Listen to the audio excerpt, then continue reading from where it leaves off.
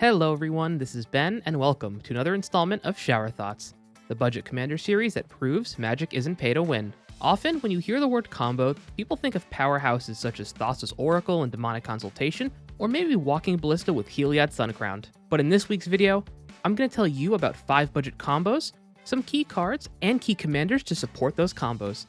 I will be shortcutting some phrases, so if you're newer to Magic, ETB means enters the battlefield, and LTB means leaves the battlefield. Also, if you can give this video a like, it really helps out the channel. Without further ado, let's get into it. First up is the Rosie Oak combo. Scurry Oak is actually part of a similar combo with Ivy Lane Denizen, but I think this version is much better. All you need for this combo is to have Scurry Oak on the battlefield and cast Rosie Cotton of Southlane. When she enters the battlefield, you'll make a food token, which will trigger her ability, and you'll put a counter on Scurry Oak, making a squirrel, which will trigger Rosie again. And now you repeat this process, getting infinite enter the battlefield triggers, infinite tokens, and a massive Scurry Oak. But sometimes you'll need more than an infinite number of squirrels and a massive tree to end the game.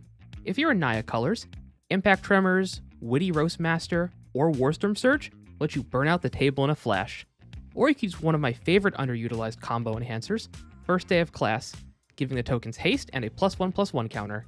If you'd prefer to stay in Selesnya, why not gain infinite life thanks to Soul Warden, Essence Warden, or Suture Priest. If you want to include redundancy for this combo, Herd Baloth will achieve the same goal, but instead of squirrels, you'll make 4/4 beasts. You do have some great options for commanders.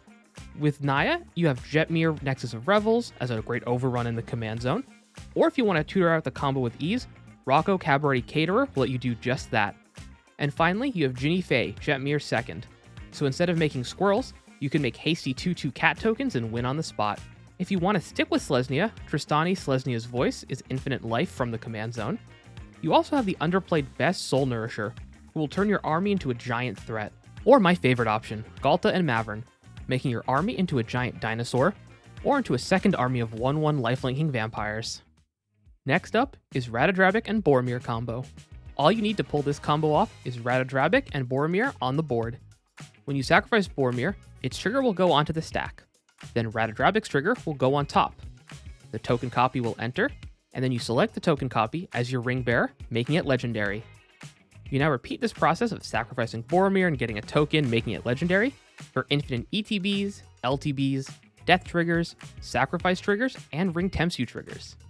Thankfully, Orzhov already has some great combo enhancers with Blood Artist, Zulaport Cutthroat, and Bastion of Remembrance to drain out the table.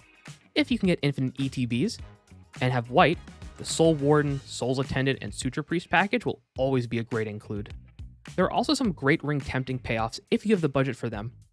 Call of the Ring and the Nazguls are great, but they're really expensive. However, Smeagol Helpful Guide is the best of the bunch and is budget. You do have to go from Orzhov to Abzan for this, however, you do mill out the entire table. The great thing about this combo is if you pick Ratadrabik as your commander, you have one of the pieces in your command zone. But if you find that to be too easy or just boring, Kethis Hidden Hand gives you access to green, letting you tutor this combo out with ease. And finally, if you want to build a 5-color legendary deck, Jodah the Unifier tends to be the go-to for that. Plus, Jodah gives you the ability to cascade into the combo, which is just cute. Next up is There and Back Again combo. All we need for this infinite is Smaug, and to have Vitu-Ghazi Guildmage on the battlefield. You pay 4 mana for the Guildmage ability to create a token copy of the dragon. The legendary rule will then make you sacrifice one of the copies, giving you 14 treasures. Use 4 of those treasures to pay for the Guildmage's ability, and now you have infinite ETBs, LTBs, treasures, sack triggers, and death triggers. Plus, if you have any other tokens, you essentially get infinite copies of those too.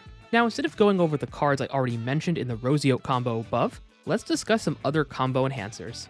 The first few that come to mind are Reckless Fireweaver, Gear per Aether Grid, and Hedron Detonator. Now, these are all common artifact combo pieces, but I figured they deserve a mention here.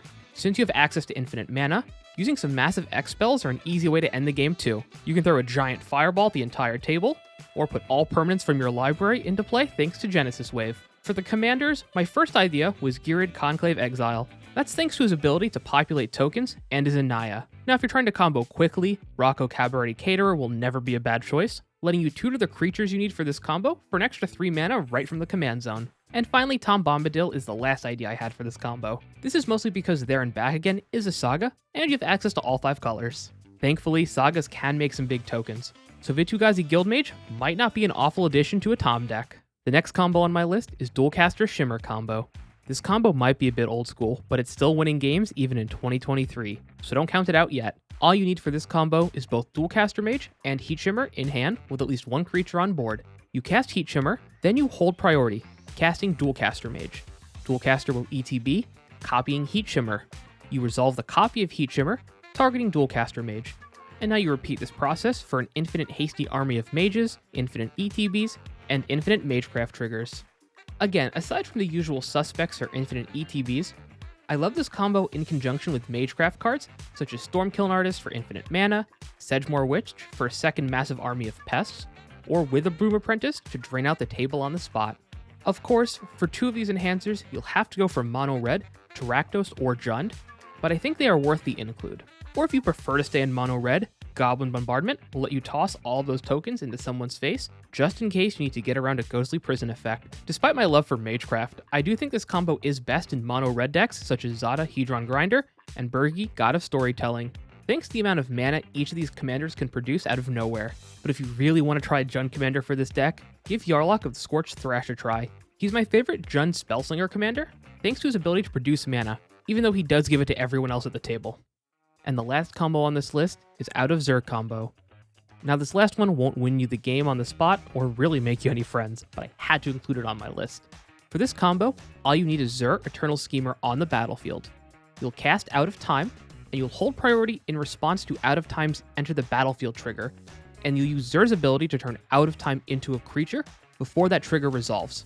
Once it resolves, all creatures, including Out of Time, will phase out for the rest of the game. Yes, this includes any commanders that happen to be on board when this resolves, including Zur, unless you can blink him into safety. This is thanks to the ruling on Out of Time, which says, if Out of Time happens to be a creature when it enters the battlefield trigger resolves, it will phase out along with all other creatures. You will never remove the last counter since it's phased out, so all creatures will remain phased out indefinitely. And because phasing doesn't cause a permanent to actually leave the battlefield, players can't put their commanders back into the command zone.